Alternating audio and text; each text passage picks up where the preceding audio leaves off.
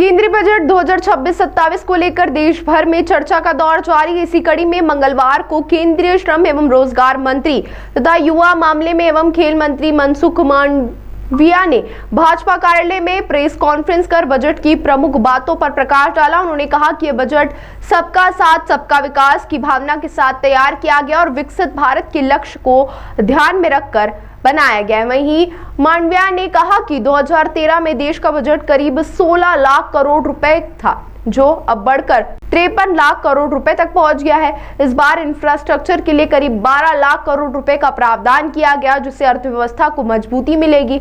उन्होंने बताया कि बेरोजगारी दर में कमी आई है और सोशल सिक्योरिटी कवरेज भी तेजी से बढ़ा है। साथ ही गरीबों के लिए राशन, आवास और गैस जैसी योजनाओं से आम लोगों को सीधा लाभ मिल रहा है। मंत्री ने कहा कि यह बजट युवाओं के सुझावों को शामिल करते हुए देश को विकसित बनाने की दिशा में महत्वपूर्ण साबित होगा।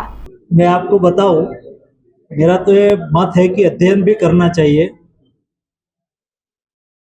ये 1 लाख करोड़ रुपया नहीं, 98,000 करोड़ रुपीज प्रधानमंत्री विकसित भारत रोजगार योजना हम लाए।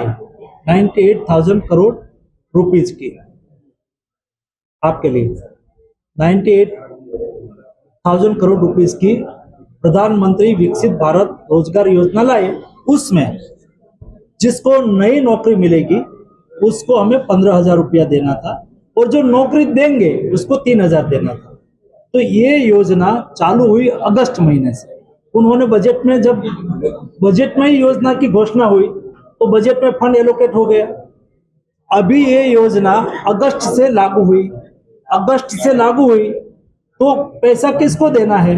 तो स्कीम ऐसी बनी कि 6 महीने कंटिन्यूस जिसको नौकरी करी हो उसको 15,000, 7,000, 7,000 देना है। तो ये फरवरी मार्च में पहला 10 लाख का स्लॉट आएगा। तो पैसा तो आवंटित कर दिया था, लेकिन 10 लाख का स्लॉट मार्च में आएगा और बाद में अप्रैल में आएगा। तो यह बजट कैरी फॉरवर्ड होगा। बजट आवंटन करना एक बात है और ये बजट का उपयोग होना, तो उपयोग थोड़ा लेट होगा। तो समझ लो कि आपने कहा कि 1 लाख करोड़ है, 34,000 करोड़ है, तो अगले साल में 34,000 से ज्यादा आएगा।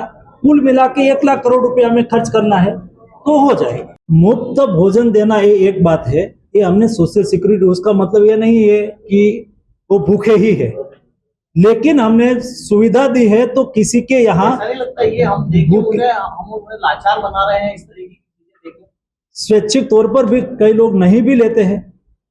समझ लो कि हम ट्रेन में, पहले मोदी जी ने एक बार कहा कि भाई सिलेंडर की सब्सिडी छोड़ो।